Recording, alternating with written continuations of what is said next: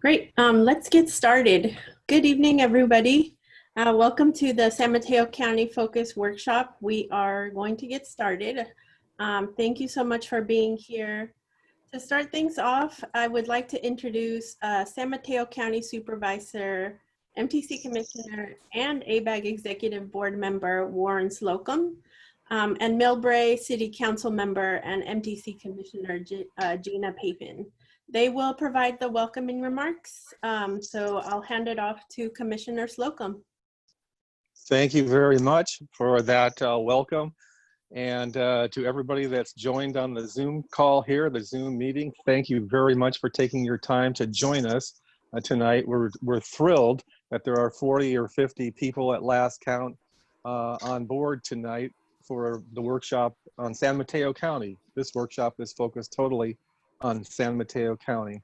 And let me just start by saying that on behalf of Commissioner Papin and myself, we truly hope that each of you, your families and loved ones are safe and healthy during this very, very challenging time. You know, putting on one of these workshops, especially under Zoom, is not an easy feat. And let alone thinking about putting together the Bay Area Plan for 2050. A huge amount of work went into the preparation of that plan, and a lot of work went into the preparation for these workshops that are taking place. But I just want to give a shout out right in the very beginning on behalf of Commissioner Papin and myself to Alex Bachman, Deputy Director at MTC, and her team at MTC and ABAG, just to thank you for this wonderful product. The workshop, as I mentioned, is one of 9. It's one of 9 county-focused workshops that MTC and ABAG will be holding. And obviously, we're all familiar with the governor's health orders and local orders, but due to the requirement to physically distance, unfortunately this year, MTC and ABAG are holding these workshops digitally and by telephone. And just a quick little side story, my first, one of my first ABAG meetings a lot of years ago, maybe 6 or so, was related to Plan Bay Area. I think it was 2020 at that time. And I remember it was one of the first meetings that I went to as a newly elected official in San Mateo County. And I think there were 1,000 people at that meeting. And we were there till 2 o'clock in the morning or something. But that was my first Plan Bay Area meeting. And obviously this time around, this is very different. So thank you for your patience and your understanding. As I mentioned today, we're going to be seeking input on the Plan Bay Area 2050's draft blueprint. And what it is a 30-year regional vision. It's a regional vision that seeks to create a more affordable, a more connected, a more diverse, and more healthy and vibrant Bay Area for all. And trust me when I say from experience that your input and comments tonight are valued, they'll be noted, and they'll be discussed by staff. The draft blueprint is the first draft. It's the first draft of the Plan Bay Area 2050, integrating 25 resilient and equitable strategies that aim to make the Bay Area a better place in the areas of transportation, of course, housing, the environment, and the economy. Our blueprint is a critical step in Plan Bay Area 2050 process, and we've engaged the Bay Area public over the last 2 years in order to get input on the strategies we're going to review tonight. So again, I just want to thank you all sincerely for attending tonight. I look forward, as I know Commissioner Papin does, for your input and your ideas. We'll be listening and learning. And so now let me turn it over to MTC Commissioner and, of course, City Council Member Gina Papin. Gina? Thank you, Commissioner and Supervisor Slocum. I greatly appreciate it. Welcome, everybody. My name is Gina Papin, and I have the honor of representing 20 cities in San Mateo County on the MTC board. So good evening. We are so happy you're here joining us this evening as we present important information about the Bay Area to you, as well as get your input here. We are here today to help you are here today to help us refine this draft blueprint, which is slated for approval this fall and will be integrated into Plan Bay Area 2050 prior to its adoption in 2021. Yes, we have slide 1, so I'm right on script. Thank you very much. In addition, it's very important that we acknowledge the challenges we are experiencing because of the pandemic. We also want to state our support for the Black community and all communities of need who are affected by violence and injustice that has claimed too many lives here in the Bay Area and around the country. As regional agencies that focus on transportation, housing, the environment, and the economy of the Bay Area, it's our role to increase access to opportunity. We stand side by side with those working toward a fair and just society. Again, on behalf of MTC and ABAG, I want to thank you for spending a couple of hours, hopefully not like Warren said, till 2 in the morning, with us to provide your input. With that, I want to turn it over to MTC ABAG Deputy Executive Director of Policy, Alex Bachman, for a few opening remarks. You got a long title there, Alex. But thank you so much to everybody for being here and for staff for putting this on. Thank you, Commissioner Pappen, and I am so happy to lend my voice and welcome to everyone tonight. An appreciation that you are attending tonight's digital workshop, which is one of 9 that we are holding around the Bay Area. Before we begin the workshop, I'd like to mention MTC's equity platform, which highlights MTC's commitment to equity within our region, within our agency, and with MTC's regional projects and programs. If you'd like to learn more information about our equity platform, the URL is listed here on this slide. The Plan Bay Area 2050 draft blueprint is a culmination of 2+ years of work, talking with the public about their vision for the Bay Area and the strategies that will help make the vision a reality. The information we will present today is a culmination of the input that we have received to date. We look forward to hearing from you and gaining more input on the draft blueprint this evening. So without further ado, I would like to introduce MTC ABAG staff member, Leslie Lara Enriquez, who will walk you through the next steps in the workshop. Great. Thank you, Alex. Thank you, Councilmember Papen and Supervisor Slocum. As Alex mentioned, my name is Leslie Lara Enriquez, and I work in public engagement at MTC and ABAG, and I will serve as your host for today's workshop. I'm so happy that you're joining us today. I'm here with you to help get your input on the draft blueprint. And first, I'd like to provide an overview of today's workshop. So first, MTC and ABAG planning staff members Dave Botten and Riley McCoy will introduce Plan Bay Area 2050 and its draft blueprint. This will include an introductory video that will help us provide greater detail about the blueprint. Next, they will share findings from the strategies analyzed as part of the draft blueprint and review local impacts. And then we will pause for clarifying questions via the Q&A box feature at the bottom of your screen. So you may type your questions and comments in there at any time during the workshop. Then we will walk you through our interactive poll activity. This is where we will use the Poll ED program, and we'll explain how to use the program in the next slide. Our planning staff will then highlight important regional programs before moving into the question and answer period. And finally, we'll wrap up by providing you information on how to access additional resources and provide additional input. Okay, before we dig into the presentation, I'd like to go over a handful of logistics for today's workshop. I want to note that the workshop is being recorded and the recording will be posted to the Plan Bay Area website. To ensure that all participants can provide input, everyone will be muted during the workshop. But we encourage you to ask questions using the Q&A feature at the bottom of your Zoom screen. So please type your questions or comments there at any time during the workshop. Staff will also answer questions directly in the Q&A feature and also during key points of the workshop.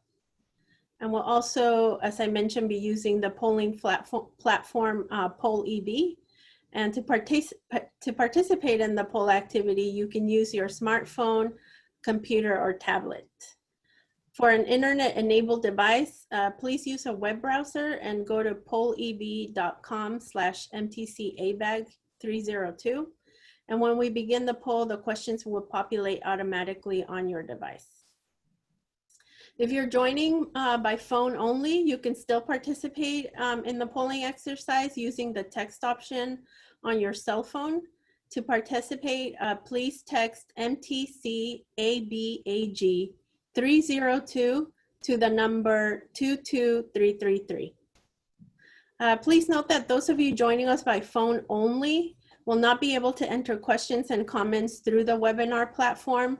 However, there is an opportunity to submit your comments verbally via phone.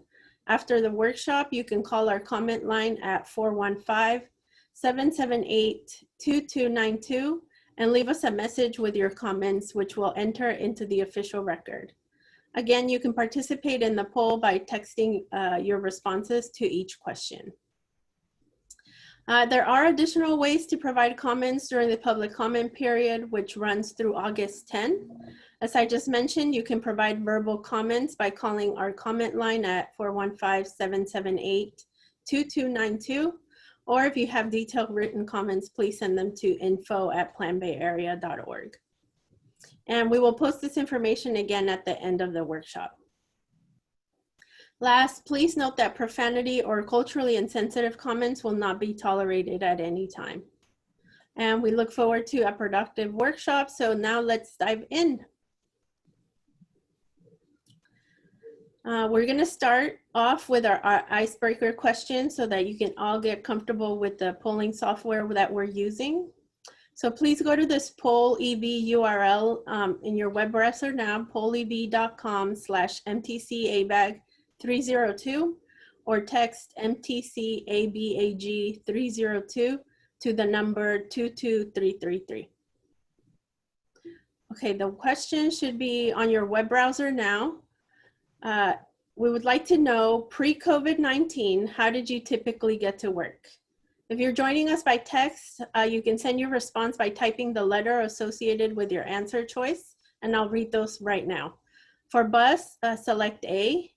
For subway or train, select B. For personal car, select C. For carpool, select D. For taxi or TNC, like Uber or Lyft, select E. For bike, select F. For walk, select G. For ferry, select H. And for other or not applicable, please select I. And we'll give you a minute to respond.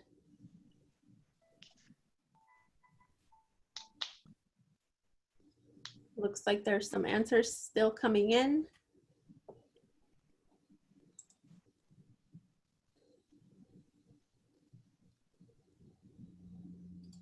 Great, thank you. It looks like the majority of you use your personal car you used to use your personal car to travel to work, and followed by bus and subway and or train.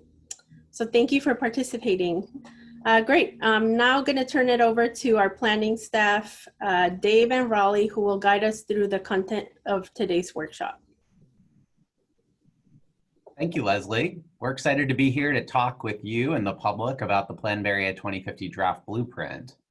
We've worked to create a more comprehensive 30-year vision for the region's future, integrating transportation, housing, the economy, and the environment.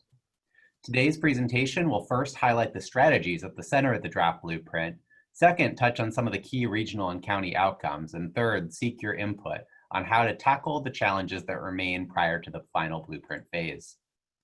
As Commissioner Pappen noted in her opening remarks, the draft blueprint is all about working towards a regional vision of a more affordable, connected, diverse, healthy, and vibrant Bay Area, not just for some, but for all Bay Area residents.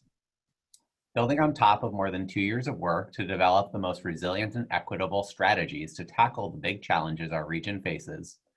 These 25 strategies will work to make the region better for the next generation. It's important to underscore that the strategies are not near-term actions or legislative proposals. They are ideas for cities and towns, the region, counties, and the state to consider over the long term to address the challenges across the Bay Area and beyond. Feel free at any time to enter comments and questions into the Q&A box, and we'll answer them at set points during the workshop. Of course, we'd be remiss in not acknowledging how profoundly the coronavirus pandemic and the 2020 recession are affecting all of our lives right now. While we didn't predict the pandemic, we have been planning for uncertainty in recent years. All of the strategies in the draft blueprint have been stress tested against many of the unanticipated forces we experience today, and they held up to those stress tests. The types of forces we explored ranged from higher levels of telecommuting to greater adoption of e-commerce to boom-bust economic cycles, among others.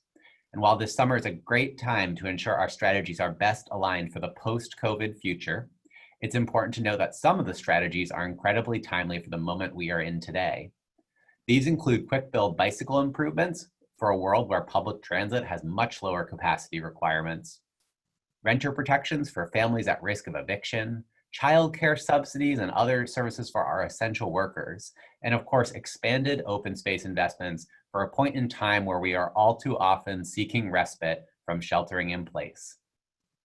Now let's learn more about the full suite of draft blueprint strategies with a brief video describing the draft blueprint. If you have trouble hearing or seeing the video, we have posted a link to the video in the chat. Again, feel free to enter your comments and questions into the Q&A box.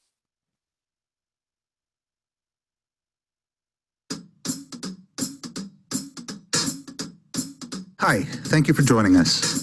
As we navigate these unprecedented times, we thank you for taking a moment to think about the future. The Metropolitan Transportation Commission and the Association of Bay Area Governments are creating a plan to make the Bay Area more resilient in the face of unexpected challenges like the one we are experiencing now.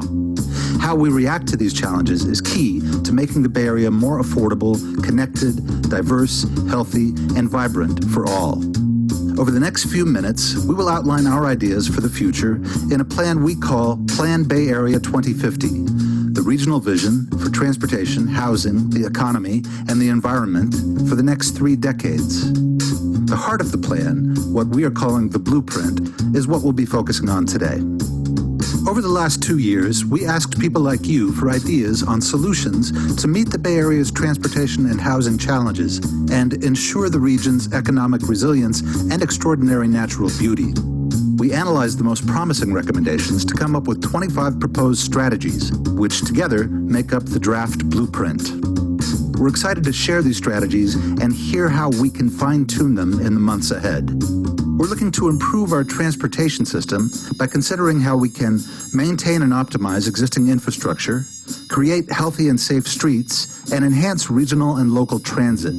These include integrating fare payment and trip planning for all Bay Area transit agencies, lowering speed limits and redesigning local streets with community input to promote walking and bicycling, including 7,000 miles of new bike lanes and paths, and advancing transit projects with high ridership, such as a new Trans-Bay rail crossing. We're committed to advancing bold housing strategies that can spur Bay Area housing production, including affordable housing in walkable communities. We can do this by reducing barriers to build housing near transit, transforming aging shopping malls and office parks into neighborhoods, and requiring more affordable housing units be built.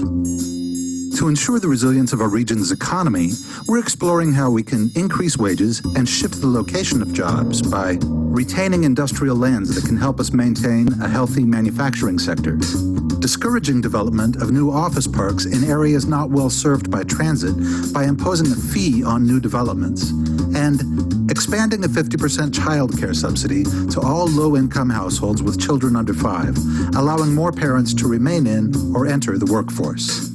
And to protect the natural environment that makes the Bay Area so unique, we are considering how we can reduce risks from hazards and minimize our impact on the environment by adapting to sea level rise in our coastal and bayside communities, expanding our climate program, which implements innovative projects to reduce transportation-related greenhouse gas emissions, and ensuring development is focused within existing city boundaries. Thank you for joining us. Please engage with us on the plan by visiting planbayarea.org or on Facebook and Twitter at MTC BATA. Your input will help us create the final blueprint, which will feed into Plan Bay Area 2050. Thank you.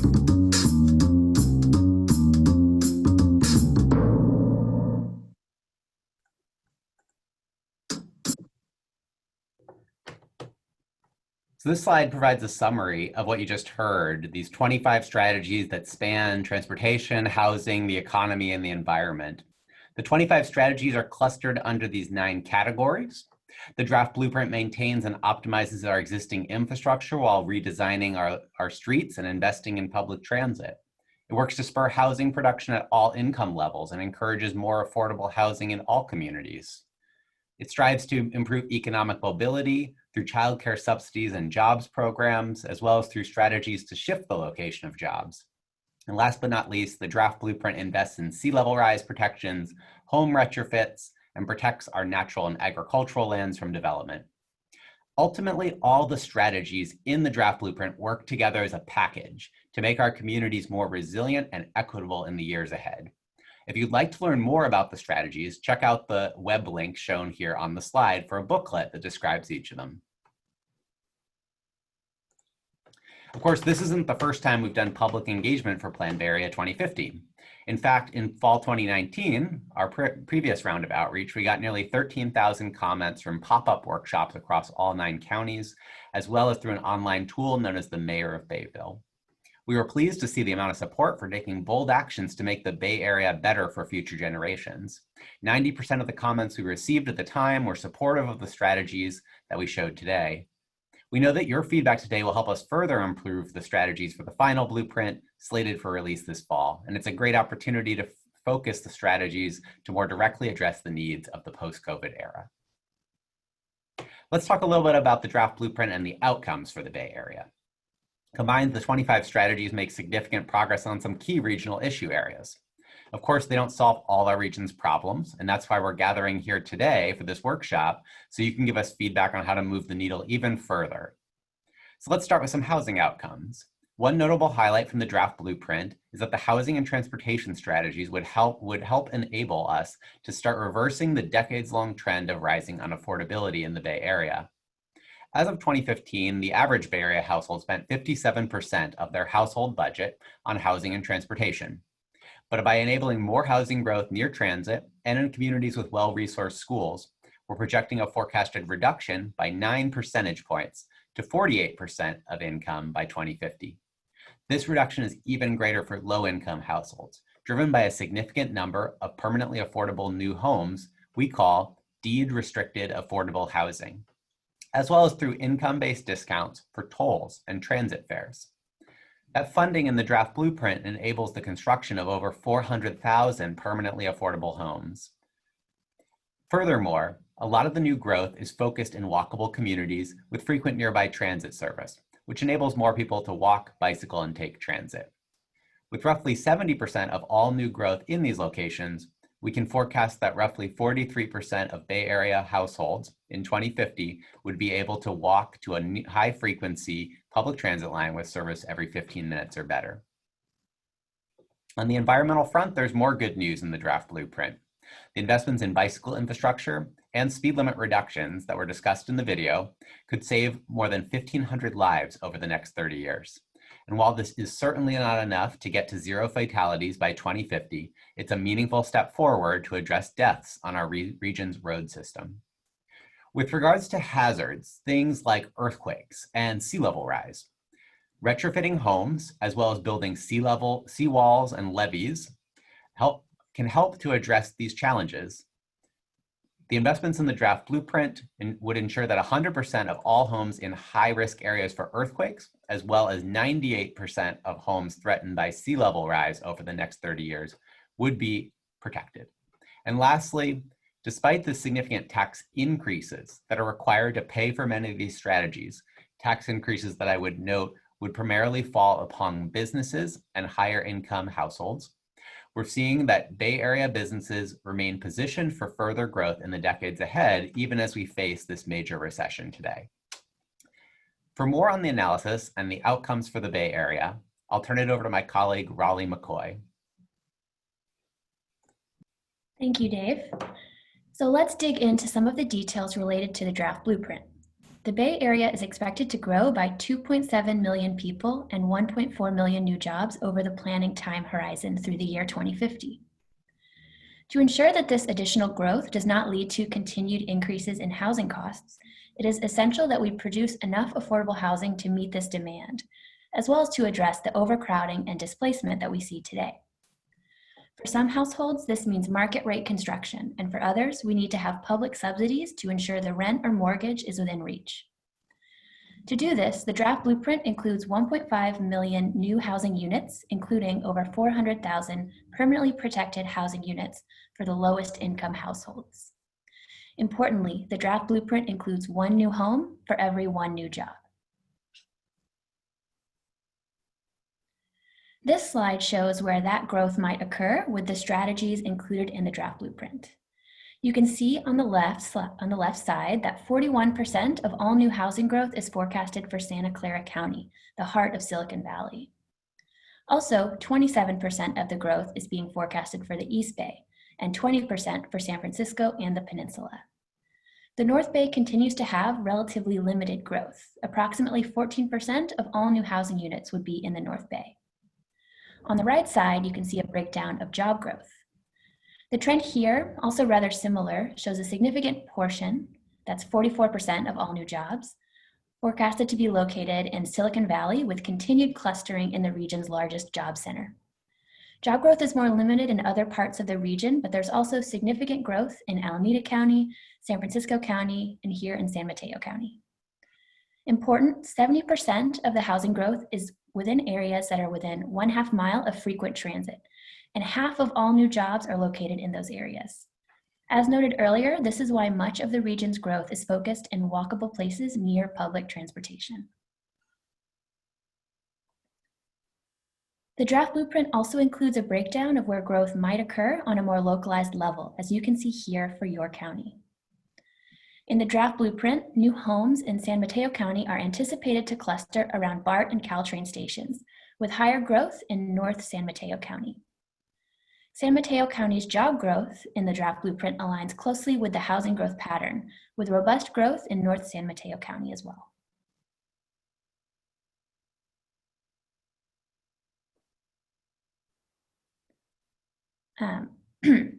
Ultimately, this growth pattern would provide Bay Area residents with more choices in terms of transportation.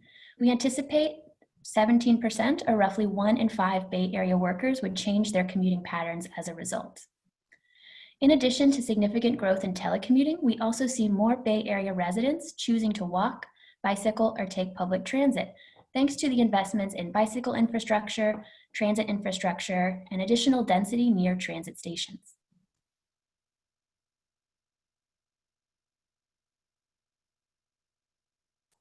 We know that climate change is creating huge challenges for our region, as it is bounded by water on nearly all sides. Plan Bay Area 2050 is the first long-range plan that integrates sea level rise protections to make sure that communities are not flooded due to sea level rise. On the left, you can see a breakdown of the number of units at risk from sea level rise, and also the share of those units that are protected. Most notably, San Francisco, Marin, and San Mateo counties all have large numbers of housing units at risk due to sea level rise.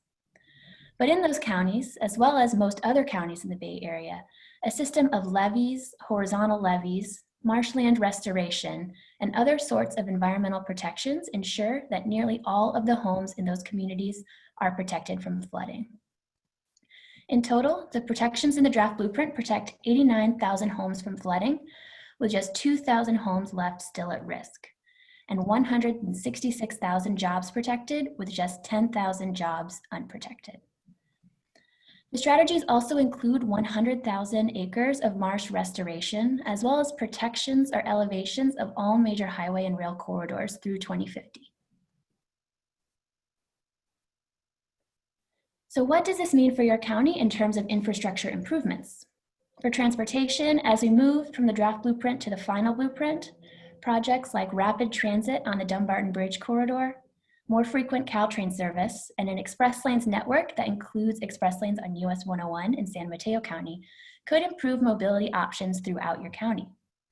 The draft blueprint includes a number of investments in protections from sea level rise as well, including improvements that span the coastline from Menlo Park to East Palo Alto, protections in Redwood City, and almost 10,000 acres of marshland restoration, which would return these important ecosystems back to their functional states. And while we make a lot of progress in the draft blueprint, advancing equity, improving affordability, and protecting the Bay Area's environment, we're still falling short on one central environmental goal: addressing climate change. Plan Bay Area 2050 is required by state law to include strategies to reduce greenhouse gas emissions from transportation by at least 19% per person by the year 2035. From tolling the region's freeways to enabling more growth near BART stations and more, the draft blueprint strategies that we've showcased today do move the needle quite a bit. We estimate that they could yield up to a 12 percentage point reduction as the result of all of the strategies combined. But again, the state target is 19 percentage points. And this means that the remaining gap of roughly 7 percentage points will require new or expanded strategies in the final blueprint to help us close that gap. Now I'm going to turn it back over to Leslie, who will introduce the staff who will help us identify any clarifying questions that we may have received so far.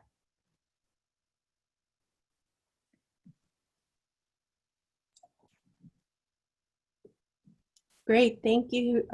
Thank you, Raleigh. Thank you, Dave. Just 1 second. Okay, I'd like to introduce first my public engagement colleague, Ursula Vogler, who is going to manage the Q&A portion, which Raleigh and Dave will help to answer. So if you haven't already, please type your questions into the Q&A box and the planners will help us answer them. As a reminder, for those of you joining us by phone only, you will not be able to ask a question as part of this meeting.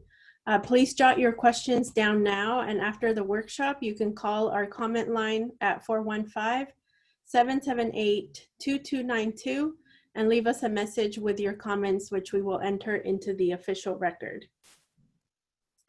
You can also send us an email at info@planbayarea.org. Now I'm going to turn it over to Ursula, who will handle the Q&A portion.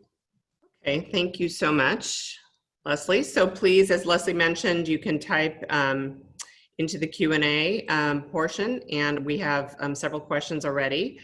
So I am going to start with Matthew's question. Is there the possibility to create rent-to-own style property arrangements similar to what exists in other countries like the UK? This is where the tenant could purchase a portion of the equity of their dwelling rather than having to mortgage the entire amount.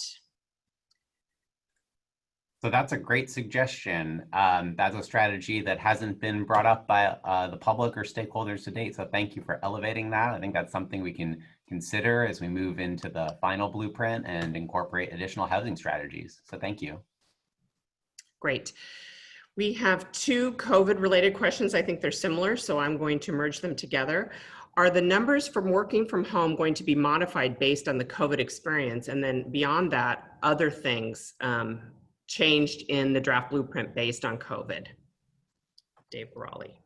So I'm happy to take this one. So I think first it's just important to set some context. So about half of all Bay Area workers have their jobs could be done from home. About half of our workers cannot. You know, folks who are retail workers, doctors and nurses at hospitals. There are many jobs which telecommuting is not an option. Before the pandemic, roughly 6% of all Bay Area workers telecommuted on a typical day. We have worked with our regulators at the Air Resources Board to increase the assumptions for future telecommuting to 14% of all workers in the future. We did so after the COVID pandemic hit. So that would be for a typical office worker working from home, typically, 2 or so days per week. Obviously, the future is very uncertain. We don't know whether things will return to the way they were or whether there'll be an even more ambitious or shift towards telecommuting. We are definitely considering what sort of incentives or policies could make permanent the higher levels of telecommuting we see today, because we see so many benefits from it in terms of traffic congestion reduction. But these projections do reflect, what we in the state came up with to try to predict the longer term effects. Okay, thank you, Dave. So there's two more similar questions about housing growth, so I'm going to merge them together. 63% of workers in San Mateo County live outside of the county. Why is housing growth so small in San Mateo County? And the other question is Central San Mateo County. We need to also make up for current deficits. So first of all, I just want to point out that the amount of growth in terms of housing in San Mateo is higher than the previous iteration of Plan Bay Area 2040. So in Plan Bay Area 2040, San Mateo County was projected to have about 7% of the region's housing growth. And in Plan Bay Area 2050, at least in the draft blueprint, it's up to 10%. But in terms of total number of units, because there's so much more housing projected, especially that affordable housing this cycle, which allows us to bend the curve on the cost, it's more than double the number of housing units as the previous plan. Now, as we look at the distribution of housing within San Mateo County, the chart Raleigh showed that basically highlights the locations. You can see that there are a larger number of growth geographies in North San Mateo County. Obviously, it's served by both BART and Caltrain. So there's a lot more opportunity areas to develop around transit as opposed to the central and southern portions of the county. So that's why we're projecting a higher level of growth in that particular part of the county. So that's kind of a high level overview, but we obviously want your feedback, especially if you're interested in housing strategies, what more we could do to help address the jobs housing imbalance within San Mateo County and what other strategies we should explore. Thanks, Dave. And on the flip side, what if your area has no jobs, no transportation, high risk areas, and no land to build on, which I think they're talking about the coast. So maybe what would the blueprint do for them? Well, our coastal areas, including in San Mateo County, are not identified as major areas for future growth. There's not a large number of priority development areas out there.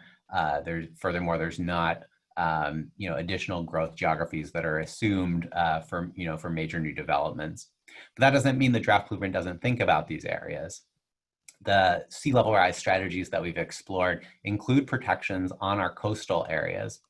And although the majority of the impacts, the vast majority of sea level rise impacts in the Bay Area will be in low-lying communities ringing the Bay itself, there are select areas where, for example, State Highway 1 would be underwater. And so those sorts of protections can help prepare for disasters, and we can make sure we're protecting that infrastructure for use by current and future residents.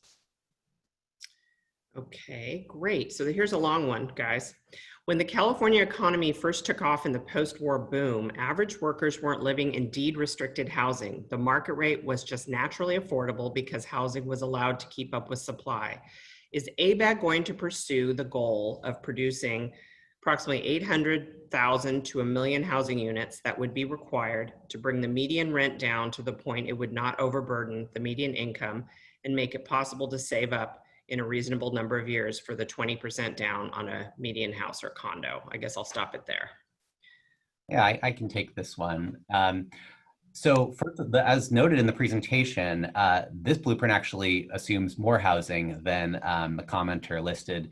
We're trying to create 1.5 million new homes.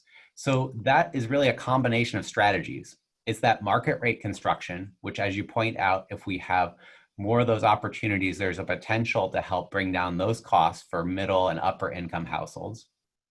And then at the same time, pairing that with robust public subsidies for the lower income housing, the affordable housing, that we spoke about. And so we're truly taking a two-pronged approach there with 400,000 deed-restricted affordable units, as well as 1.1 million market rate units. Those strategies all combined help us bring down the extreme cost of housing in the region, and as we've cited in the presentation, reduce the share of household budget spent on housing. Now, of course, you could argue that that is still too high because it remains higher than the national average. And so we can further explore housing strategies in the final blueprint that might make even further progress there. Okay. Next question. We're still anticipating about 60% of workers to commute via auto. Seems like traffic and transit might actually still get worse. Any reason the plan didn't strive to have fewer cars on the road? Maybe one for Raleigh. Yeah, I'm happy to take this one, Ursula. So thank you for that question. It's a great question. And as we move toward the final blueprint, we're definitely exploring a number of different ways that our strategies can encourage more people to leave their car from home or to share a ride with a friend. And this includes adding in additional strategies like more investments in transit service, as well as taking a second look at some of the strategies that were included in the draft blueprint, including investments in active transportation infrastructure, or charging a fee to drivers based on the number of miles that they drive on highways. So we're definitely looking into that, and that will really reducing those number of single occupancy vehicle trips will be key as we try to close that 7 percentage point GHG reduction gap. Great. Thank you. So next question. So if we successfully execute this plan, the average Bay Area resident will be spending 48% of income on housing and transportation in 2050, or will still be spending. How can we set more aggressive goals to reduce housing cost burdens more significantly? Well, first I'd mention this is a first for Plan Bay Area. Previous plans have not included enough housing strategies to actually reduce the cost of living. Previous plans, we've seen projections where the household budget burden increases. So this is a step forward it's moving in the right direction. I think we'd want your feedback today about what should be the targeted housing and transportation budget amount for a typical Bay Area household, and what suggestions you might have to help us make further progress. Thank you. Next question. Why was this draft released without addressing the full state greenhouse gas emission reduction requirement?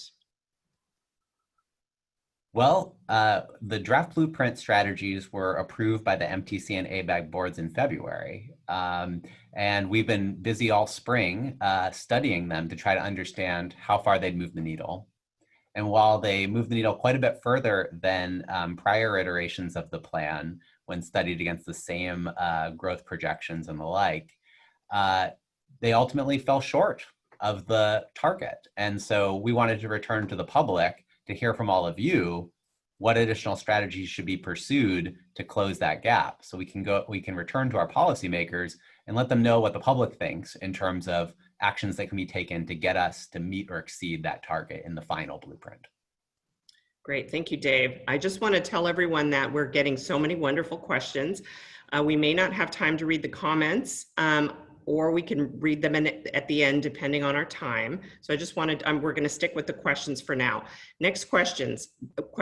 Based on materials provided by ABAG at the last Housing Methodology Committee meeting, it looks like the Plan Bay Area modeling will push units down to Silicon Valley. Is this correct?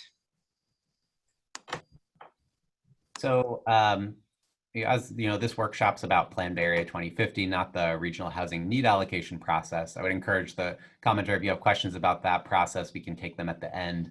But in short, the answer is yes. The draft blueprint has a significant amount of growth down in the South Bay, close to the region's largest job center.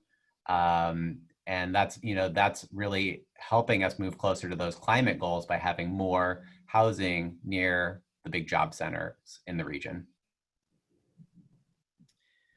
Okay, here's the next question. I was surprised to see that a majority of Bay Area households would still be outside the half-mile transit walk shed in 2050.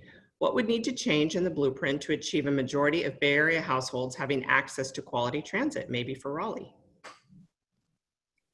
That's a good question, and I'm happy to also share the floor with Dave. I think that we have some strategies in the draft blueprint that encourage more housing development near transit. One potential thing that could also be explored is just making it easier to actually access transit, improving the bike and pedestrian connections to transit to help those that do happen to live outside of the half-mile radius. But Dave, if you have any other thoughts on this question, I'm happy to turn it over to you. Well, obviously, I mean, it's a combination of things, as Raleigh mentions. 70% of the new housing units are within a walk of high quality transit, and many of the remaining ones are still served by transit, just not that 15-minute frequent service. If 100% of all the new housing units were near transit, that might be enough to get the total of all Bay Area homes above the 50% mark. But remember, there's a lot of existing housing in the Bay Area too, and we're not moving those houses around. And so the additional transit service can help to support those. Obviously, our plan is fiscally constrained, so we can't include all of the transit service we might all want to see. But that's really the challenge there. Great, thanks to both of you. Here's kind of a follow-up to a question that I think Dave answered a few questions back. To clarify, we need 800,000 to 1 million units in the next housing element cycle, not in 30 years. This is based on ABAG's own projections. Will you support by right production of triplexes and ADUs on lots zoned for single family only to help close the gap? I think that's a strategy that's worth talking about. And I'd love to hear feedback from you and from other participants today on whether we should consider those types of strategies in the housing element of Plan Bay Area 2050 for the final blueprint. Okay. I'm looking for questions here. Okay, there's just comments now. Why don't I can read a few comments. I think we have a few minutes, and then we'll save some for the end. How about that? So I'll start here. Tom's comment. The city of Millbrae has approved and entitled 488 housing units that include low income next to the Millbrae Transit Center serving BART, Caltrain, Samtrans, and other agencies. CHSR's recently released EIR shows only one alternative that would use eminent domain for the housing units to build a 300 space surface parking lot. The only alternative for a station in Millbrae per their draft is in conflict with Plan Bay Area 2050 draft plan and all smart growth transit oriented development best practices. This needs to be addressed in MTC's plan. That's one comment. See, there's some on high-speed rail. While the vast majority of San Mateo County residents live on the peninsula within a half mile of major transit systems, it is important to include the needs of coastal residents and opportunities to produce affordable housing and the need to protect existing naturally affordable housing in areas such as Pacifica.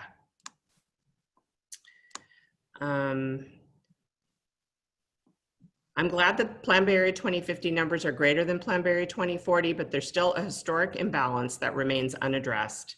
San Mateo County added more than 100,000 jobs in the last decade alone. The housing numbers seem insufficient to come close to bridging that gap. It's great to hear Plan Bay Area care about climate change, but what about particulate pollution, including microparticulates that come from airplanes? How will the plan work on noise pollution?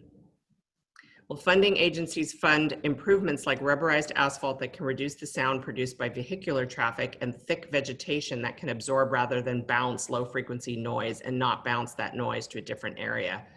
And instead, can we see managed lanes come in and remove vegetation and berms that do not noise mitigation at all? I know that there's a noise element of the EIR, Dave. Do you have anything to comment on that or? Well, I do want to comment on the part about particulate pollution because that is something we are very much cared about. The air quality impacts and the health impacts that come from vehicles traversing the transportation system.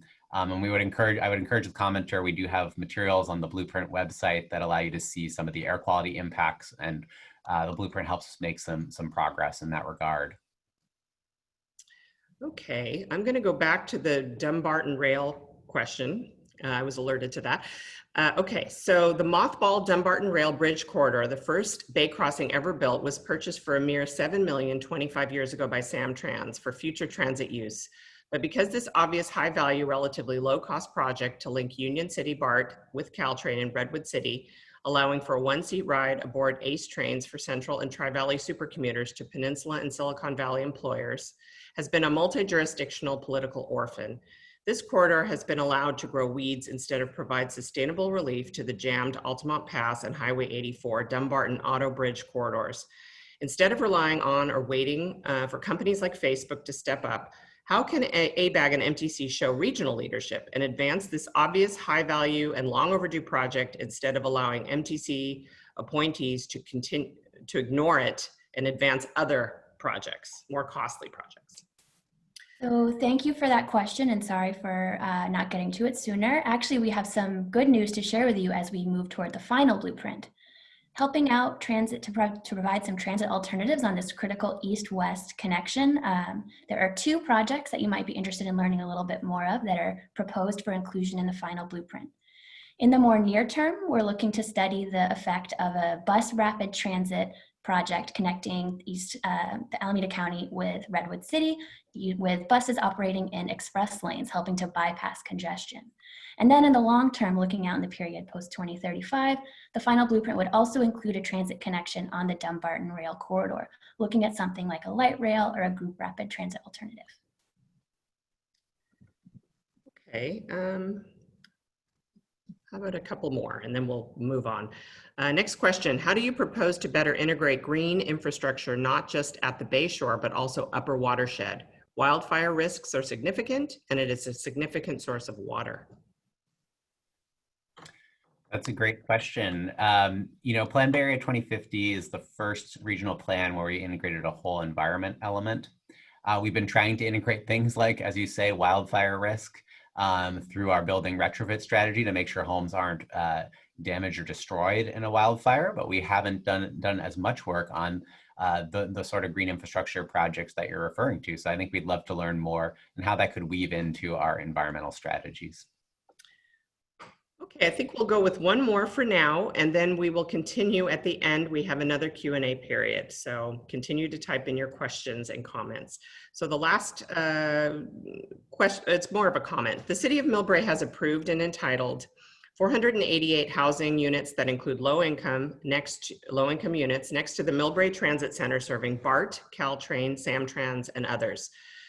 The CHSR recently released EIR shows only one alternative that would. Oh, we read this already. I apologize. All right, let's move on. Thank you so much for all of your questions and comments. And Dave and Raleigh for their great answers. We'll be back later, as I mentioned. We're going to switch gears now to the interactive part of the meeting. This is the fun part. We're going to use the polling software that we used at the start of the meeting that Leslie helped walk us through. I'm going to turn it back over to Dave and Raleigh to remind us how to use the software and walk us through the questions. So thank you very much. All right, thank you, Ursula. And this is, as Ursula said, this is my favorite part as well, because we get to hear your ideas on all the big challenges as we move into the final blueprint. So we'd like to get your feedback. We're going to go through the five big challenges that we continue to face in the blueprint process. So to participate in this phase of the workshop, you're going to go back to pollev.com/MTCABAG302 on your phone or web browser. We're going to go through some questions one by one. For those of you who are participating by phone only, on your cell phone, send a text message to the number 22333, and in the body of the message, you want to type MTC ABAG302 and then hit send. If you're texting, the question will not show up on your phone, so we'll be reading the question and answer choices for all questions. So let's get started. All right, challenge number one, affordable housing. So in the draft blueprint, while we were able to make the Bay Area's housing stock more affordable, there's still a significant gap for our low-income residents in terms of the amount of deed-restricted affordable housing. So some of the strategies that helped us move the needle on housing affordability included allowing a greater mix of housing types and densities in growth areas, which include priority development areas and other transit-rich and high-resource places in the Bay Area. funding affordable housing production, preservation, and protection, and requiring developers to build more affordable units. But as I mentioned, there are still hundreds of thousands of low-income households where that additional production was not enough. So our challenge here is, how do we create more permanently affordable housing, especially in areas with high-quality schools, amenities, and transportation options? So please identify which strategies you'd like us to include in the final blueprint to make the Bay Area even more affordable. And you can select as many of these as you would like. So I'll go through them now. Press A to invest in constructing more affordable housing units. Press B to accelerate redevelopment of aging malls and office parks with significant shares of affordable housing. Press C to expand capacity for new housing in communities with well-resourced schools and good access to jobs. Press D to advance innovative approaches for reducing housing construction and financing costs. Or if none of these sound attractive to you, press E for none of the above. There'll be an opportunity on the next slide to provide your own ideas and strategies. These options are really here to just get you thinking about the sorts of revisions that we could make to address this challenge. If you're doing this by text, remember to send your letter choices as individual text messages on the same text thread. So with that, Raleigh, what are we seeing in terms of the initial results here? Well, it seems like a number of the strategies are resonating with folks. In the chat, there were several people who were alluding to interest in accessory dwelling units, or ADUs. I feel like that would really fall under answer choice D, about finding innovative ways to reduce housing construction costs. What else are you seeing, Dave? Yeah, it's definitely kind of a even split here in terms of the different strategies that are popular with the group tonight. So that's pretty interesting to see that. And it looks like at the moment, we kind of have a tie between those mall redevelopments and then the innovative approaches to reduce housing construction costs. We found that mall redevelopment strategy to really be a popular one across all 9 counties, because I think we all can think of that kind of 1960s era strip mall that's looking a little rough around the edges. I think we'll give you just a couple more seconds to put in your responses here, and then we'll move on to the open response slide. Okay, let's move forward. So now it's time for you to provide your own ideas on how to make the Bay Area more affordable. Is there anything else we should take into consideration? Any other strategies that you didn't see featured tonight to really bring down the cost of housing and cost of living in the Bay Area? So while we're waiting for some feedback on this, I'll share some thoughts we've heard in some other focus group meetings, including those with historically disadvantaged communities across the region. We have heard on this question that the affordable housing challenge isn't just about having the units, but also making sure that folks understand how to access the affordable housing. There's also a lot of interest in programs that help lower income households build a home or buy a home or an apartment to begin to provide that sort of stability of home ownership and create a known path towards reducing wealth gaps. So now I see some responses coming in from our live attendees tonight. So Raleigh, are you seeing any of these kind of pop out here? Yeah, the second strategy that's come in is interesting, an idea that large businesses should be required to either build workforce housing or else pay into a fund to help really address that jobs and housing imbalance that's so intrinsic in the Bay Area. Let's see. Also seeing interest in allowing smaller lots, an innovative approach to zoning to help allow for more smaller units. Some other things are coming in as well. What are you seeing, Dave? Well, one commentary saying, bring back state tools like redevelopment that assist local cities to build affordable housing. That certainly is something that we've heard loud and clear from our local jurisdictions over the years. As well as a couple new ones here. Reward employees and employers for having employees live close to work. So that's definitely something that we're thinking a lot about in terms of the jobs housing balance, but also in terms of how we deal with telecommuting in the years ahead. More comments coming in. Raleigh, what do you see? Yeah, on that topic, it's a real policy question. Is it a carrot, an incentive, or a stick, a fee or a fine that would be placed upon those employers? Let's see, I'm also seeing people looking to expand transportation into the mega region to help give an alternative to people who are driving, 2+ hours each day. And creating more ownership opportunities for low-income communities. That was definitely something that had resonated in those focus groups that Dave was mentioning.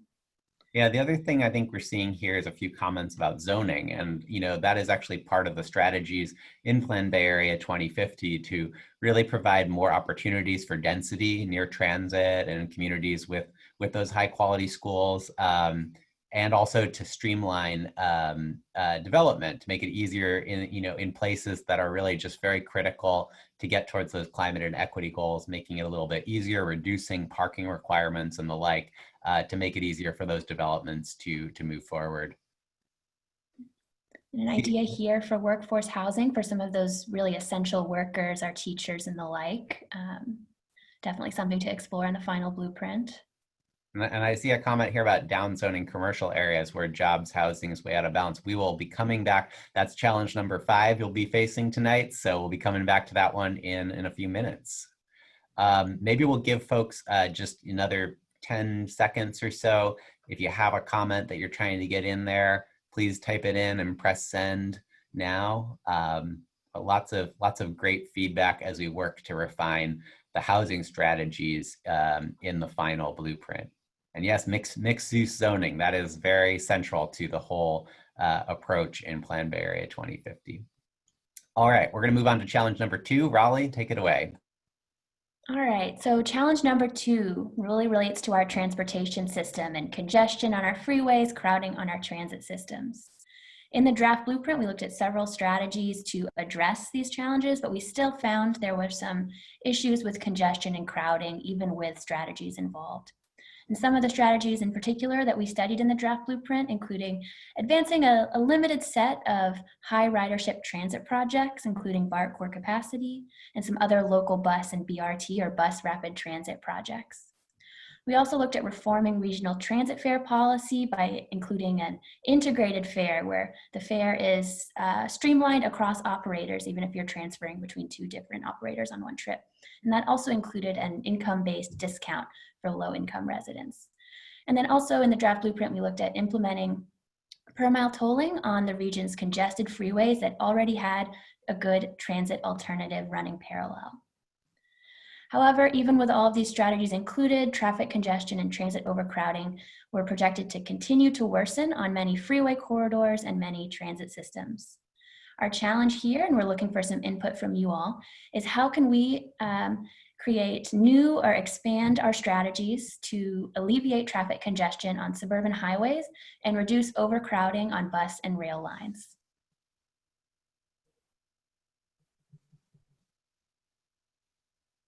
All right, so now it's time to participate again using the Poll EB platform, and we'll stay on this slide for a few minutes. So please identify which of the strategies should be included in the final blueprint to alleviate traffic congestion and reduce overcrowding on transit in the Bay Area. You can select as many as you'd like.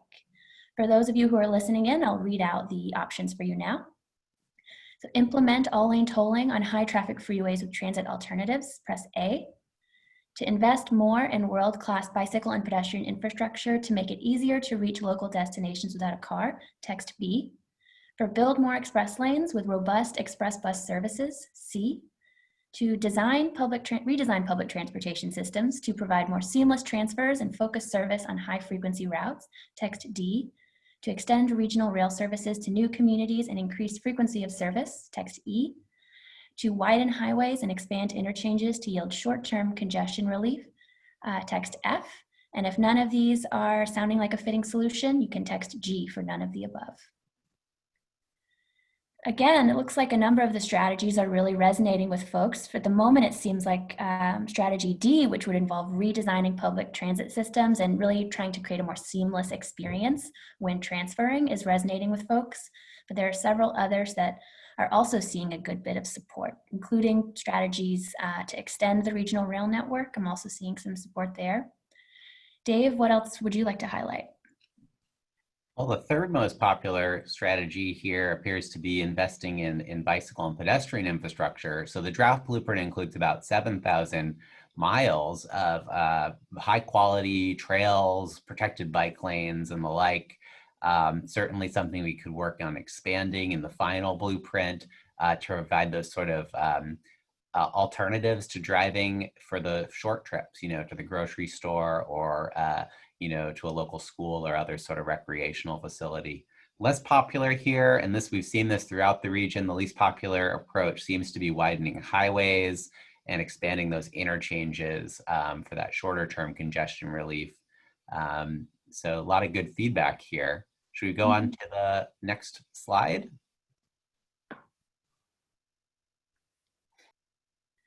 All right, so now it's time to hear a little bit more from you. Is there anything else that you think that we at MTC and ABAG should take into consideration to address the challenge of congestion and transit crowding in the region?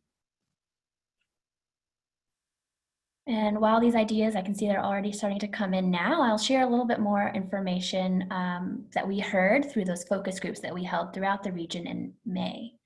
So when we talked to the focus groups, we did hear a lot of comments about some changes that would make a difference compared to some of the bigger ticket, higher cost strategies that we've discussed so far. So really some short-term, low cost ways that could make a big difference in the minds of our participants. These included some things like ensuring that elevators at a train station are working, a problem that's really relevant and persistent throughout the region. Making sure that individuals have a way to reliably know when their train, bus, or ferry will arrive instead of being left stranded and waiting. Or simply making sure that there are crosswalks so that drivers know where to stop and that pedestrians are safe. Folks also wanted to see transfers between systems, say going from a ferry to a bus, be better timed so that folks aren't waiting unnecessarily. So wow, there are a lot of comments coming in. A lot of comments here, Raleigh. I've been monitoring them. Catch me up. I think there's been some good comments about the challenges of homelessness on transportation. Our transportation system has been serving some social service roles there. Also, I saw one comment supportive of tolling on the 101 corridor, which is part of the draft blueprint and is one of the reasons why there's less traffic congestion on that corridor in the future than other suburban corridors that remain free. Also see some support here for bus rapid transit on El Camino, and that's actually something that we are exploring placing into the final blueprint to help provide those better options along the corridor.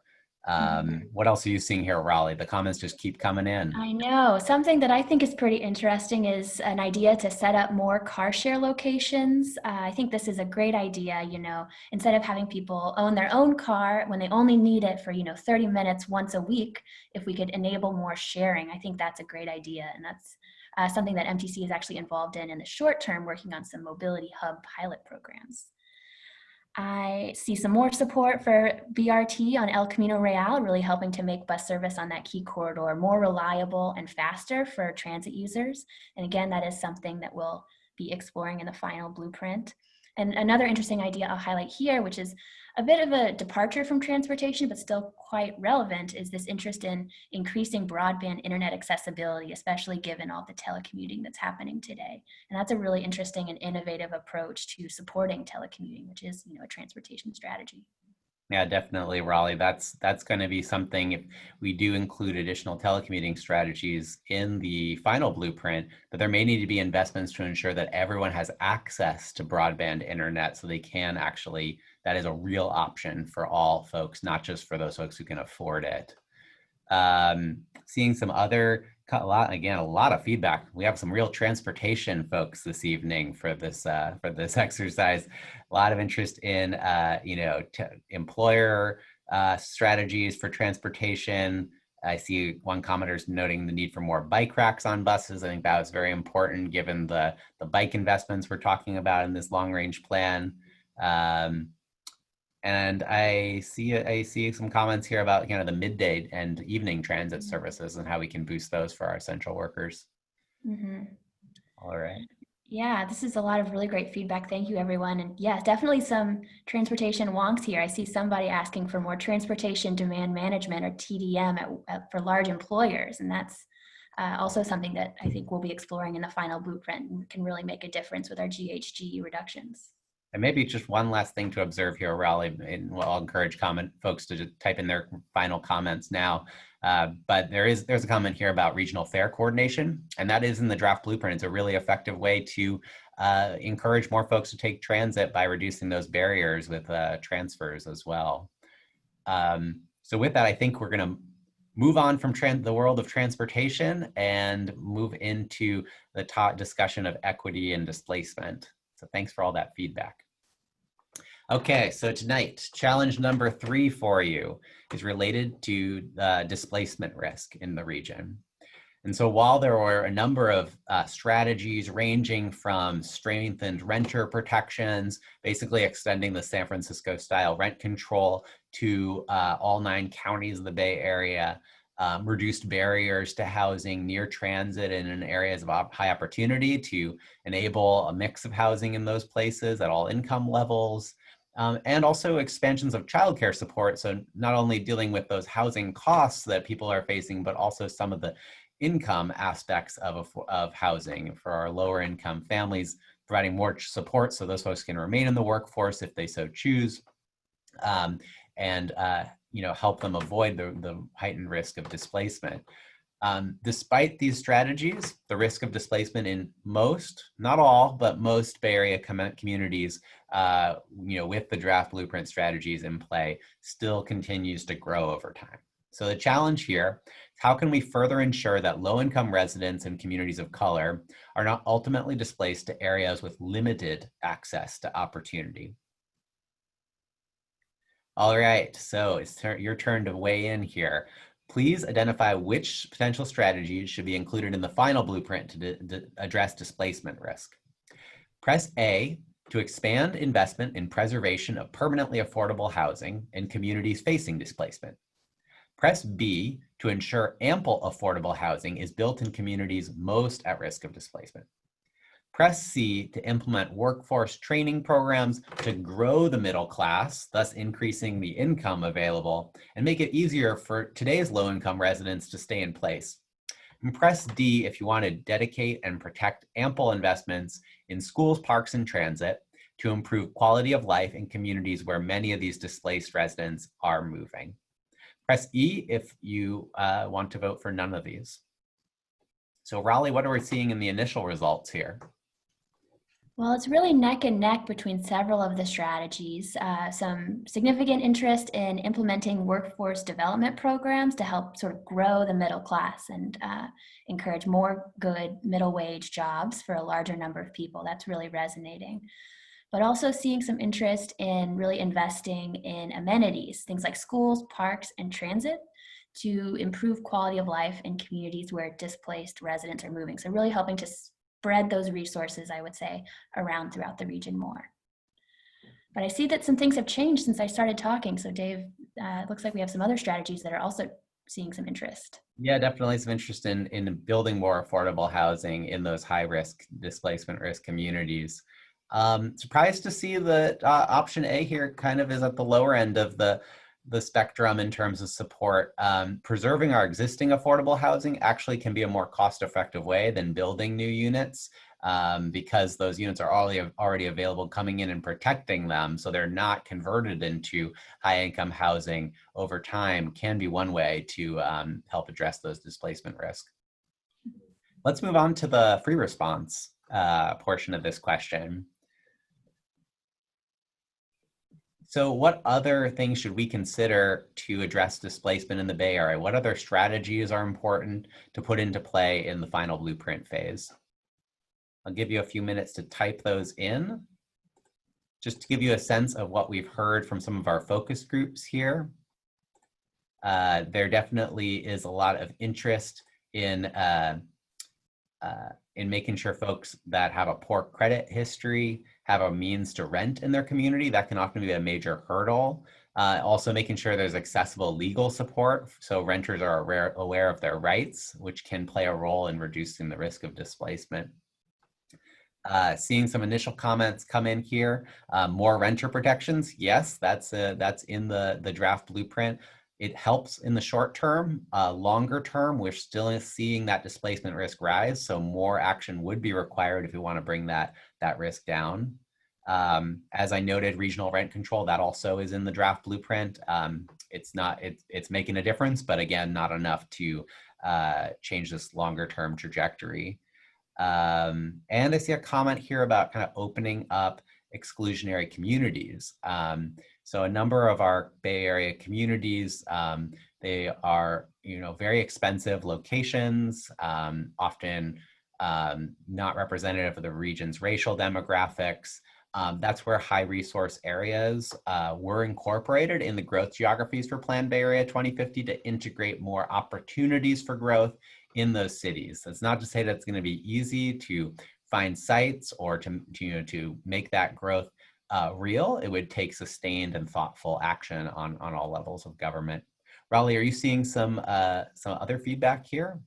Yeah, there was an interesting earlier comment about ensuring that transit-oriented development, new housing and businesses that are directly near transit also included a community benefits component, helping to invest in improvements to the streetscape, things like benches, as well as parks and other amenities for those new residents. Is an interesting idea to improve quality of life and make moving to transit areas more attractive.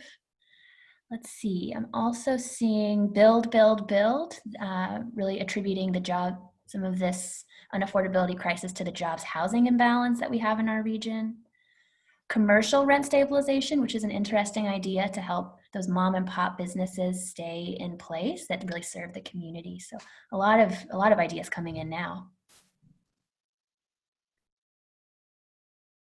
So I see a comment here about imposing a high income tax on income gained from real estate. That's definitely a lot of things on the tax policy side that could be discussed as a means to address some of these housing and affordability challenges in the region.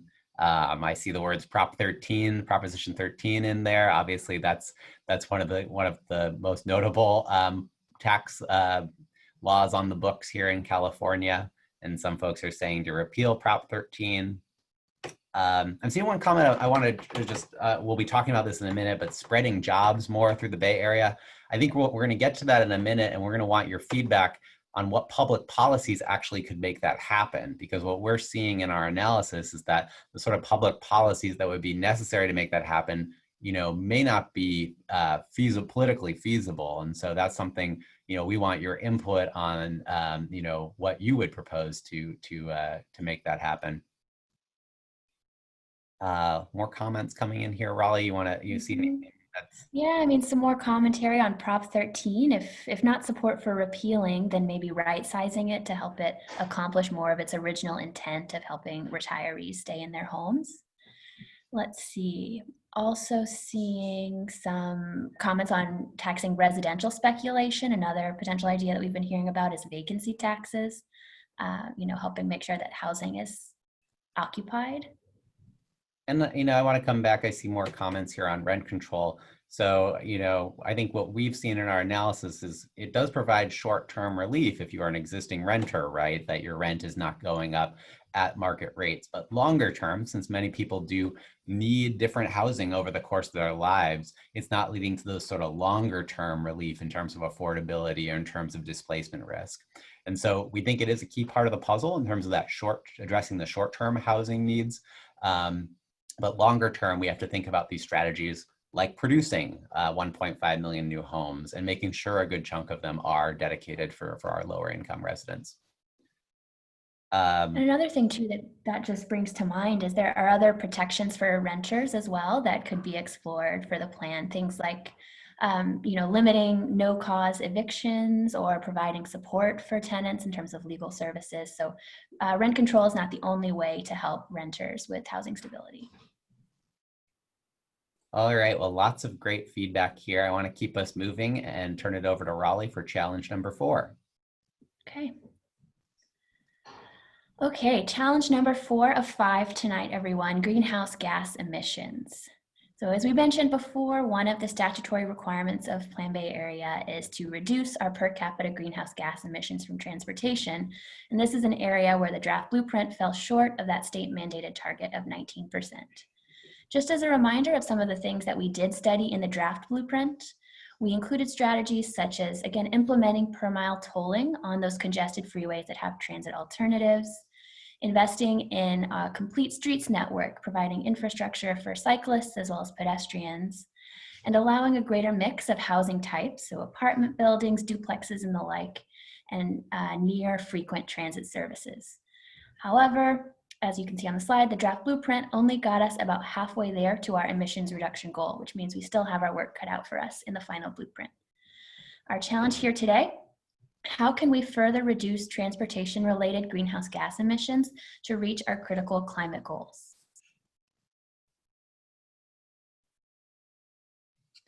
So we're back to the poll EV. Please identify which of these potential strategies should be included in the final blueprint to reduce climate emissions in the Bay Area. For expand electric vehicle charging infrastructure subsidies, especially for expand electric vehicle and charging infrastructure subsidies, especially for low-income households, A. To postpone highway widening projects until a greater share of vehicles are electric, B. To charge parking fees to disincentivize driving, putting those fees toward bicycle giveaways and free shuttles, C.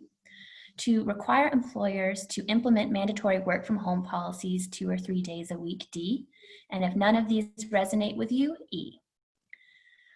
Okay, Dave, I'll just kick us off with some comments. There's definitely a clear preference for now for expanding those amenities for electric vehicles, including subsidies as well as charging infrastructure, and helping really to make sure that those benefits are accessed by all Bay Area residents, not just those that can afford the higher purchase cost of an electric vehicle. So by and away, the most important, or the strategy that's resonating the most with folks here. Yeah, Raleigh, this is, I think San Mateo County takes the #1 slot here for popularity of those electric vehicle strategies compared to some of the workshops we've done to date elsewhere in the region. I'll note that we see some support here for parking fees in downtowns, as well as mandatory work from home policies.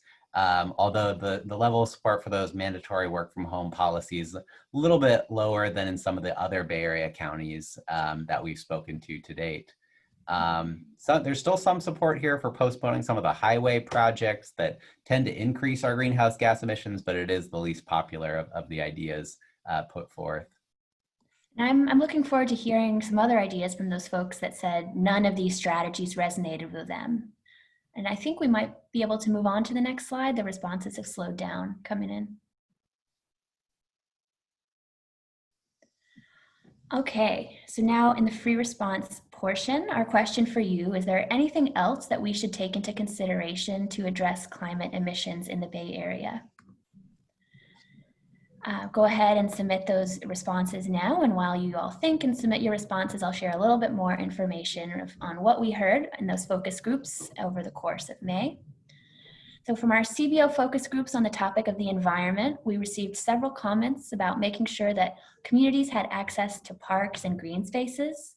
Having walking access to parks for all residents was really a priority to make sure that everyone can access those resources, especially given that we're all feeling a little cooped up right now, and really making sure that it isn't necessary to have a car in order to enjoy some of the Bay Area's natural beauties, or even just get a little bit of time outside on the grass was really important.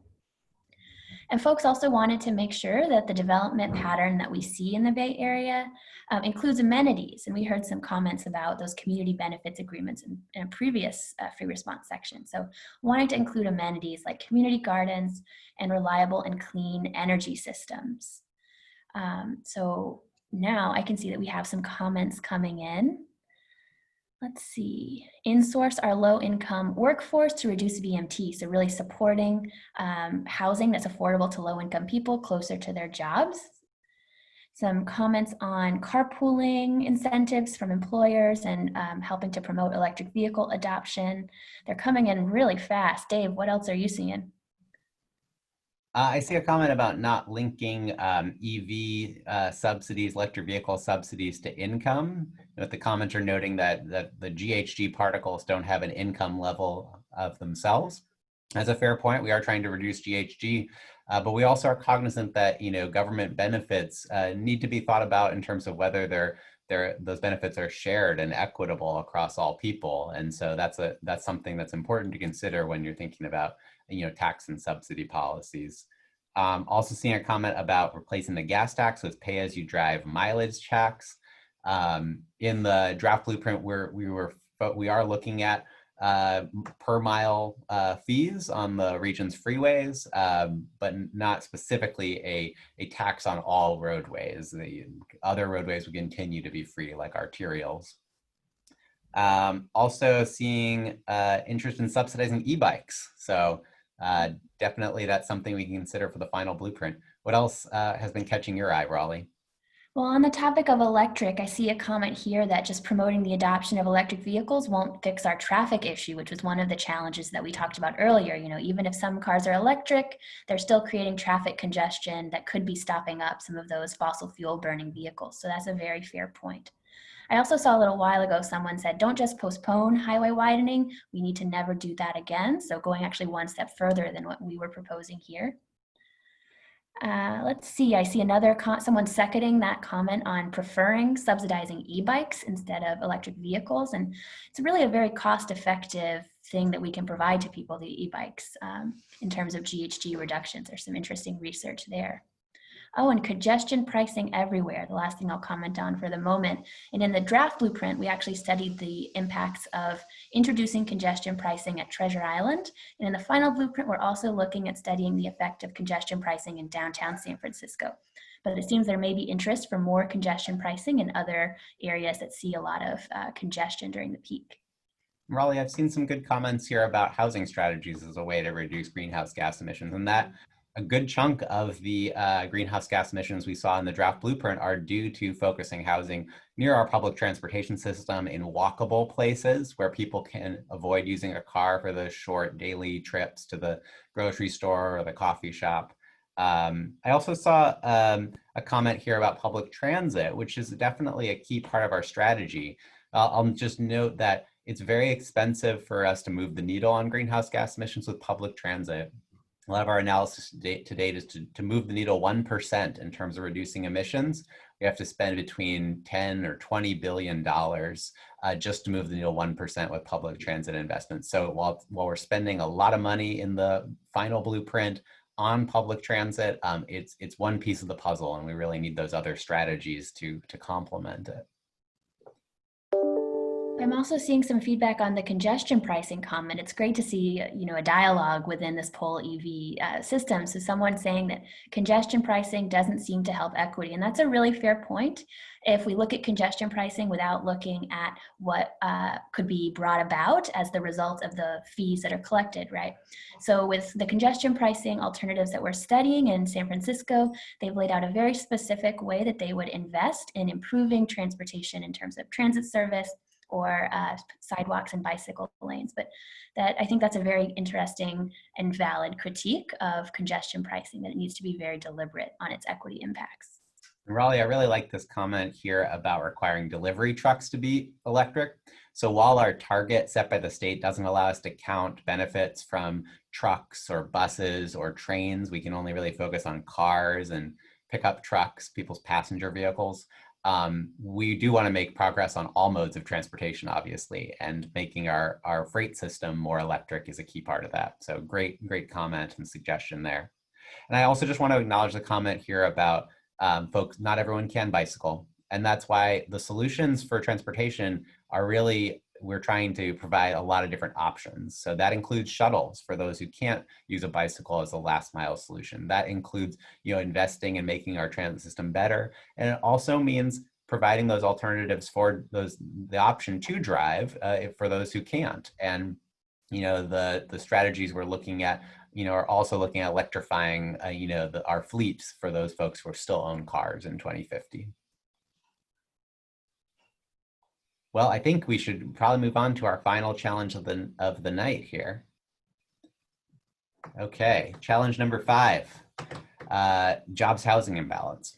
So in the draft blueprint, we were pretty successful at identifying housing strategies to shift housing closer to jobs in places like Silicon Valley. We were less successful in the strategies at shifting jobs closer to where a lot of the region's housing-rich communities are in the East Bay and North Bay. The things we tested to try to shift jobs closer to housing included things like impact fees on new office developments to encourage offices to locate in housing-rich, transit-rich, places in the Bay Area. We also included strategies to retain key industrial lands, which are often important middle wage employers in those more, I would say, more housing rich places where there aren't as many of those middle or high wage jobs. And finally, we included a strategy to create incubator programs in economically challenged areas so folks could start a new small business. And that's really a great opportunity to move up the wage ladder and to create more businesses in places that have fewer job opportunities. But despite these strategies, jobs continued to cluster in our forecasting in Silicon Valley, and also to a lesser extent, but still in San Francisco, far from many existing residents. And so as we look to the final blueprint, should we consider, and if so, how, more ambitious economic strategies to shift jobs closer to existing housing-rich communities? So here are some options to consider for potential strategies to do just that. So press A if you want to increase fees that discourage development of new office parks in job-rich, auto-oriented communities. Press B to expand business incubator programs to create new small businesses in housing-rich places. So really doubling down on that strategy, those two strategies from the draft blueprint. Press C to add a new strategy to prohibit more construction of office buildings in communities that have many more jobs than homes. Press D to provide tax subsidies to employers to relocate middle wage jobs closer to more affordable housing. If none of these are of interest, press E for none of the above. So initial reaction here, and Raleigh, feel free to chime in, those business incubator programs look like the most popular strategy coming out of the gate here. But also interest in the tax subsidies for employers, definitely something I've been surprised by in our workshops to date. Not a very common tactic here in the Bay Area, very common in other parts of the United States to attract jobs and try to create jobs in places that are not as job rich. But we're seeing some support for those tax subsidies tonight. Raleigh, do you want to comment on some of the other things here? Yeah, and actually I think you maybe encouraged people you really sold people on that, because that strategy has jumped to be just as popular as the small business incubators. To touch on some of the strategies that aren't, well, let's see, we've got some interest surging in prohibiting more construction of office buildings in communities that have many more jobs than homes. So kind of the inverse of that tax subsidy carrot, whereas the subsidy is more of a stick, where the subsidy is more of a carrot.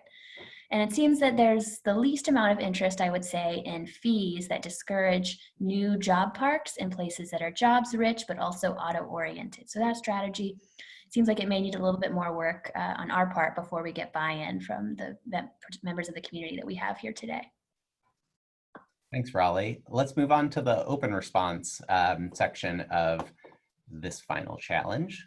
So what other strategies should we consider to address this jobs housing imbalance in the Bay Area to shift more of those jobs to the East Bay and beyond?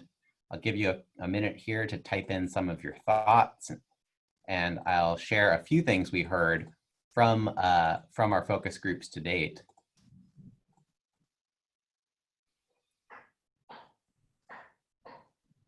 We've definitely heard some interest in creating more middle wage jobs, a strong concern from focus group participants about the dominance of the technology sector in the Bay Area and the fact that that doesn't provide those sort of middle wage ladders of opportunity that might exist in other regions where manufacturing is a more common type of jobs. But we're seeing some comments come in right now from the group, and they're flowing in here. One person's very concerned about job sprawl, placing the jobs in a too distributive of a manner that makes it hard for folks to get to those job sites where people are driving in all directions all over the region. Also seeing some concern about, or some interest, I should say, in creating more jobs in bedroom communities, and interest in a head tax on large corporations. So there is a major business tax assumed in the draft blueprint to pay for some of the economic strategies and other strategies in the plan, but maybe there's some interest tonight in expanding that to more companies. Raleigh, what else are you seeing? I'm seeing a comment that just came in about encouraging employers to allow more employees to work from home through tax incentives. I think that the past couple months with the pandemic have really shown us that working from home is a lot more feasible for many people than we ever thought was possible. At the same time, understanding that not every job can be done from home, but that could help alleviate some of the issues that are inherent to our jobs housing imbalance. I also saw an interesting idea earlier where someone was proposing a regional revenue sharing mechanism to help sort of disincentivize communities from preferring to zone for more jobs instead of housing. So that's a very interesting and innovative approach to this issue. And another comment that pops up here that we've heard a lot to date is, having large employers provide housing on site or pay for, affordable housing in the communities where they're expanding. And that certainly is, a very kind of intriguing idea, something that we're starting to see from some of the major tech employers in San Mateo and Santa Clara counties. Also seeing a comment about kind of linking back to before, expanding fiber optic internet access. So there are just more places in the Bay Area where technology jobs can be. And support for regional revenue sharing, which is something that doesn't exist much here in the Bay Area, but in other places in the country like Minneapolis, that's a very common way to make sure that sales tax monies are more evenly distributed across the region.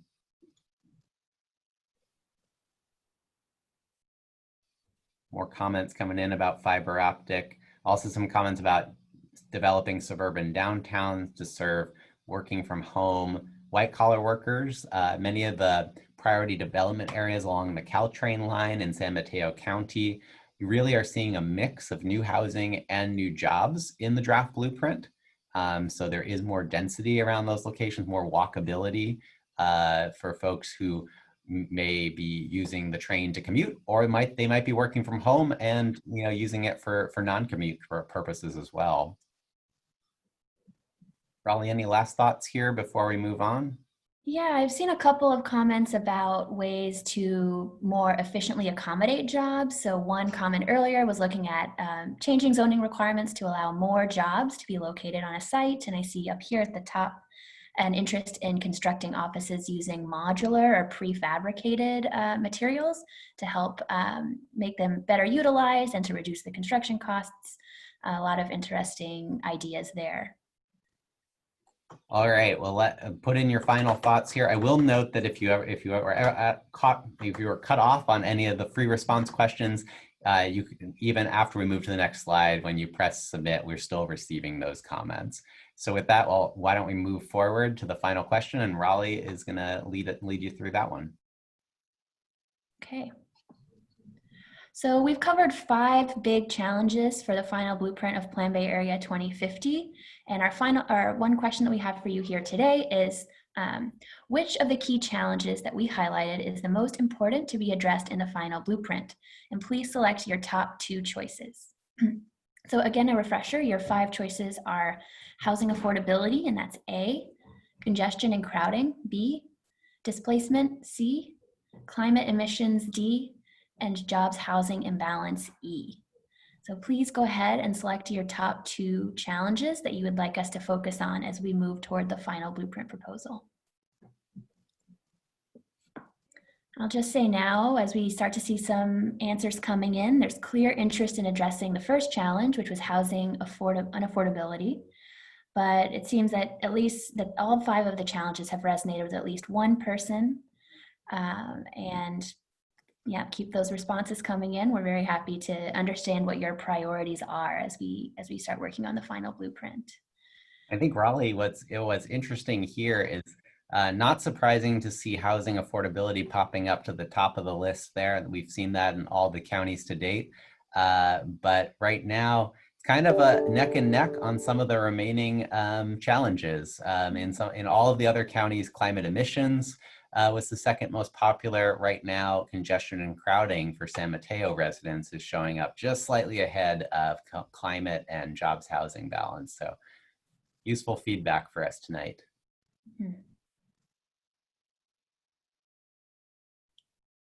Okay, so we'll give you a little bit more time to get those responses in. The poll still does remain open as we move on to the next slide. And again, we just want to thank you all so much for your input throughout tonight's event. And I will say that this includes the interactive polling portion of our meeting. And one more time, thank you very much. So now I will hand it back over to Dave, who will tell us a little bit more about a few other important regional initiatives. So Dave. So we want to get to your questions, so I'm going to cover these final slides pretty quickly. We know that many of you might be interested in not just the next 30 years, but what's going to happen over the next 5 or 10. And so we're just going to do some quick spotlights for some of the challenges ranging from transportation to housing to sea level rise and what's going on right away. So let's start with transportation. An important effort here is what's called the Transportation Improvement Program. It reflects local, regional, and state and federal funding priorities and decision making. It's a key document. It focuses on the first 4 years of Plan Bay Area 2050. As the graphics shows, MTC is always interested in new transportation project ideas, and many of these get incorporated into our long-range plan, in this case, Plan Bay Area 2050, and then find their way into the Transportation Improvement Program. You'll see a breakdown of the 2019 Transportation Improvement Program expenditures and fund sources at the bottom, and we encourage you to check out the website for more information. So let's turn to housing. One near-term initiative here is what's called the Regional Housing Needs Allocation, referred to by its acronym RHNA. Since 1969, the Association of Bay Area Governments, under state law, works with state and local governments to identify the amount of housing growth that cities, towns, and counties need to plan for over an 8-year time period.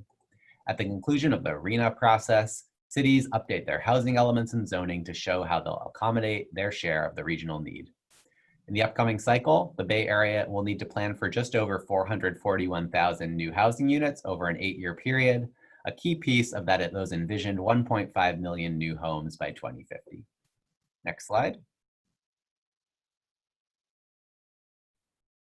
The RHNA process is already well underway. There's some key milestones shown on this slide, including some key action this fall, in which point the allocation methodology will be considered for approval by the ABAG board. Further action expected in 2021, and then all the city local housing element updates will be complete by January 2023. Finally, real fast, our 2 regional partners, the Bay Area Air Quality Management District and the Bay Conservation and Development Commission, have programs related to air quality, climate change, and climate resilience. Check out the Air District's website for more info on their Clean Air Plan, as well as clean vehicle rebates and clean cars for all. And if you're interested in sea level rise, you can learn more about the Bay Adapt process, which is a near-term 6-month effort to develop a regional climate adaptation strategy. And you'll find more information on BCDC's website. So now I'm going to turn it back to Ursula, who's going to facilitate our final round of Q&A. Ursula? Thank you both. Very interactive, dynamic, very good. Thank you. For the remainder of our time today, we'll read more of the questions in the Q&A box and ask staff to respond. And we'll get to as many as we can. And just know that if we don't read them, they will be entered into the record. We have all of the input that you've put both in the polling, as Raleigh and Dave mentioned, but also in the Q&A box. So we have all of that.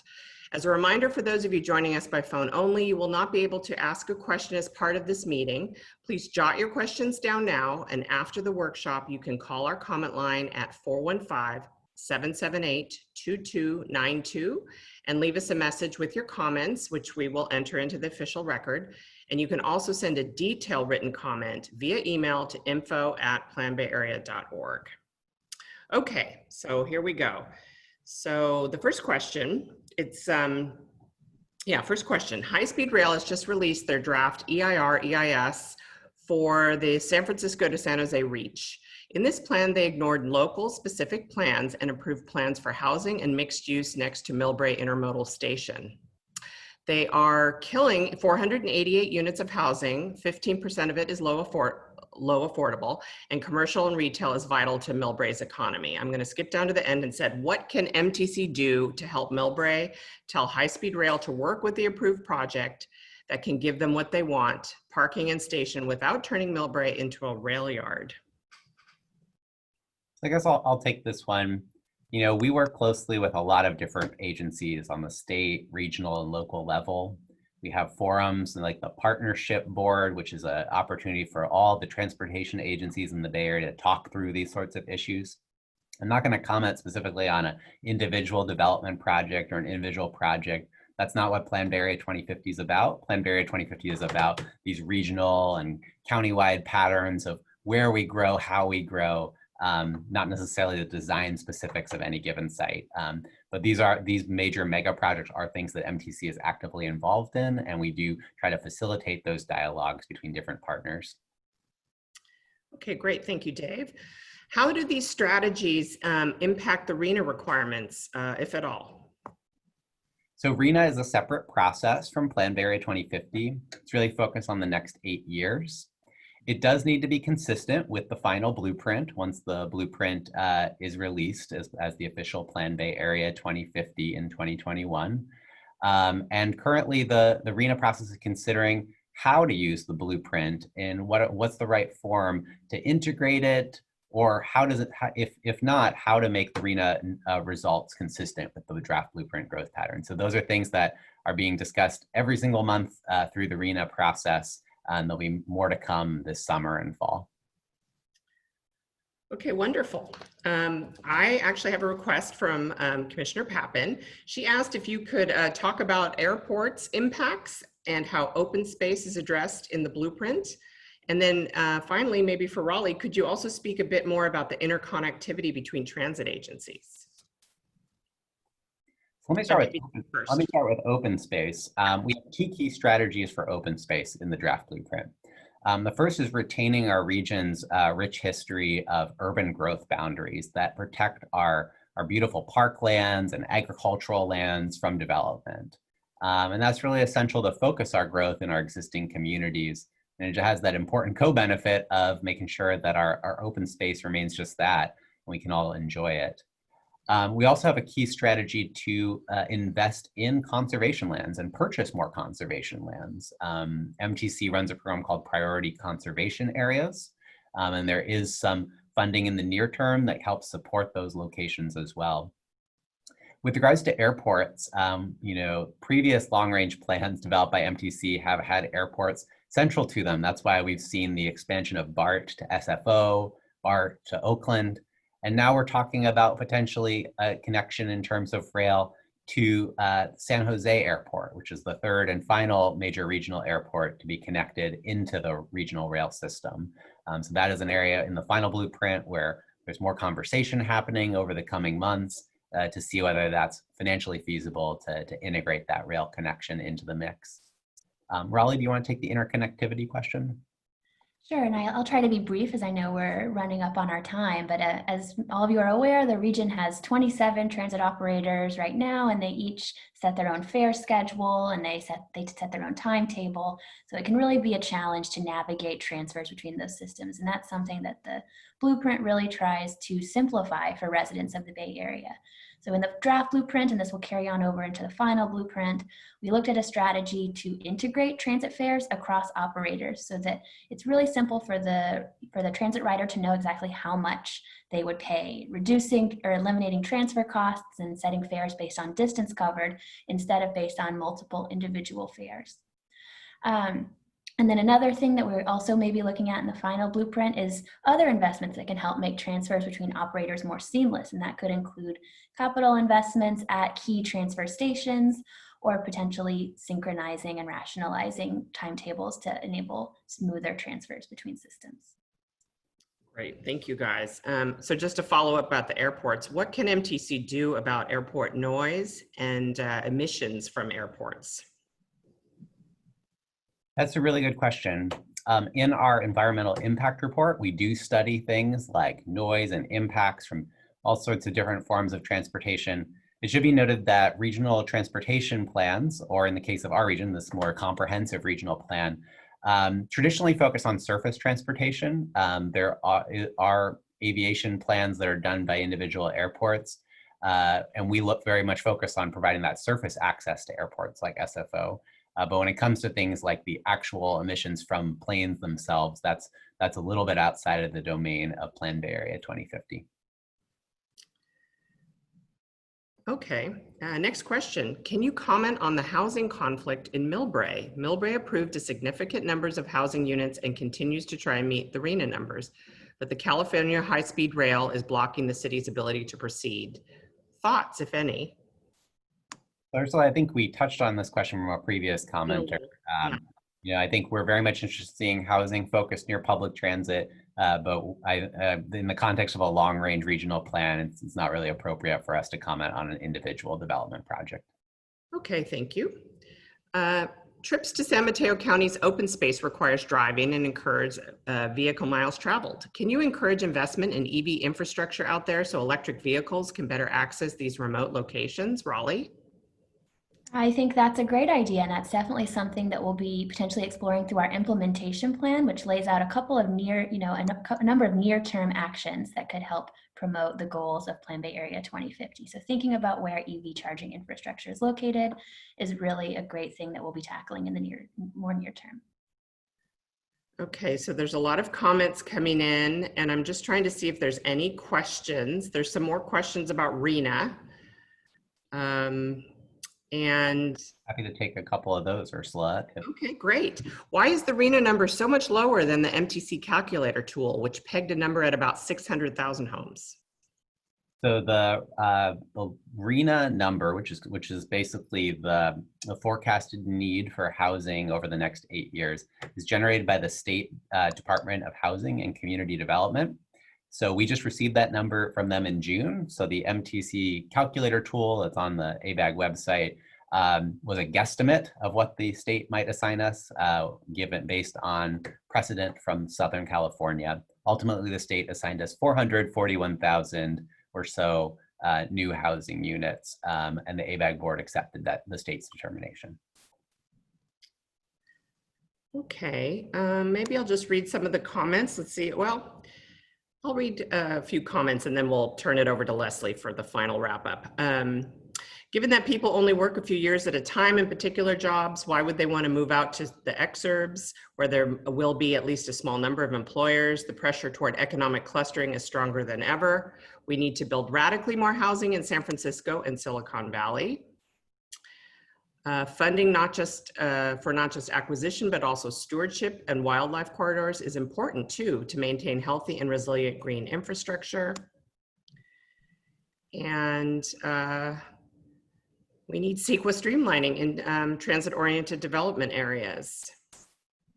Okay, here's one final question, and then I think I'll turn it back to Leslie. Are you working to speed up the development of dense housing, like speeding up approval processes, reducing administrative burdens, and moving control away from counties and cities?